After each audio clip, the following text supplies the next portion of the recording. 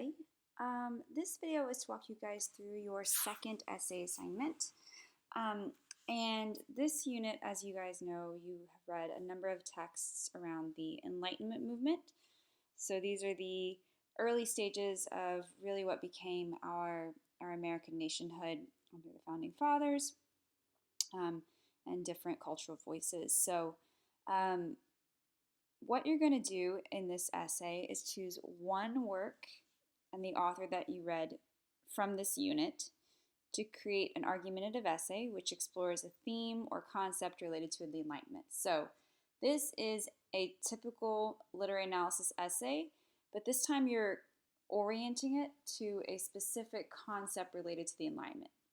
So you're going to show how that author or work exhibits a particular principle or idea from the Enlightenment, and then you can also think about what elements might be missing.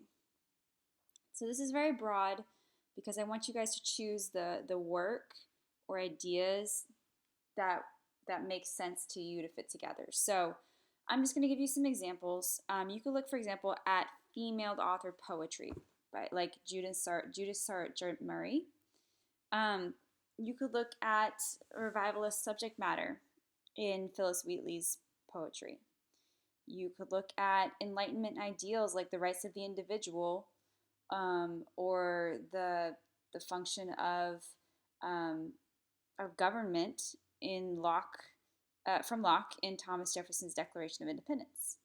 You could also look at the political ideologies, for example, in the Adams letters. Or you could look at the rights, say, of the individual in Abigail Adams' letters. So as you're thinking through this, think about sort of one essential theme or concept from the Enlightenment that you want to focus on, whether, again, that's science or reason or the rights of the individual or, really any of these things related to the Enlightenment that you want to focus on. And then think about how it fits with within that certain text. So again, this does need to be a text that you read for this course in this unit.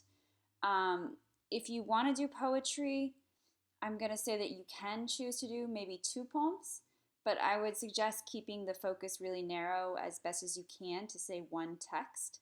There's a lot to say about a lot of these different texts, so you want to keep your argument very specific and concrete. So you do need to draw on good evidence from the text to support your claims, and again, quotes typically are the best forms of evidence, so you can always paraphrase, that's fine.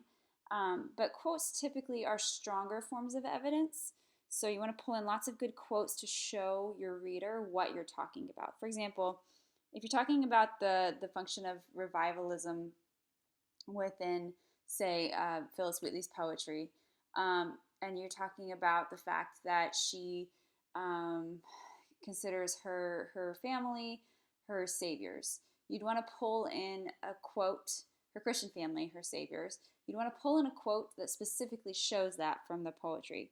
If you're talking about the rights of the individual in the Declaration of Independence, then you want to pull in a specific quote that shows that. So you also need to have at least 2 sources in your essay to support your claims. These can be sources of your choosing. They do need to be credible, so try to choose something like history.com or PBS or anything of that nature. Nothing like GradeSaver or 123helpme.com or Schmoop or anything like that. You do want this to be a credible resource. Your essay is due on Sunday, October 11th at 11:59 p.m. And your essay needs to be 3 to 4 pages, requires standard MLA. So your essay should have your header in the top left corner with your name, the course and section number, the date, and the instructor's name, a title, and then, of course, your page numbers in the top right corner. Everything is checked through SafeAssign, so you will see, again, as always, the plagiarism report. And so make sure you cite everything. As long as you're citing your sources in text and on a bibliography, you should be good. And remember, as I said, to have MLA. Have a bibliography as well, obviously. The bib or the works cited, however you want to call it, It, of course, does not count towards the page numbers that's required, so you do need to have to the bottom of the third page at minimum. You're always welcome to write more, you just can't write less. This is double space, of course, Times New Roman, Cambria, Arial font, and 1-inch margins all around. So your bibliography, like I said, should have at least 3 entries on it. It should have the 2 required sources, and then whichever text from the unit that you choose to analyze. So you're going to be assessed on making sure you have a good development of your main argument, centered around a central idea of enlightenment, using the proper number of outside resources, which is 2, and then making sure you do fully explore that text. So making sure you look at literary elements like symbolism, dialogue, metaphors, themes, any of those items that if you need to go back to the first unit essay, you can look at that list that I gave you about good places to start on how to analyze a piece of literature. Use, again, like I said, good evidence to support your claims from both your primary and your secondary sources, so pulling in quotes from both the text and from your source material to help support your argument. Using the proper MLA formatting and style, making sure you have good, strong analysis and scholarly language. So use the language that you've been introduced to around the movement. Use the ideas of the movement. Use the literary language. And make sure you have a complete essay structure. So, of course, that's an introduction with your thesis claim. And then, a couple of main ideas with good evidence to support and an analysis around each, and then a conclusion as well. So if you have any questions, let me know.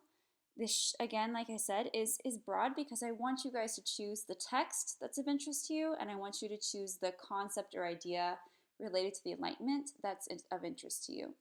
So again, like I said, if you have questions, let me know.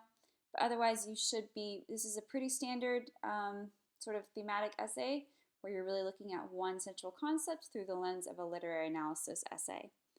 And like I said, let me know if you have any questions at all.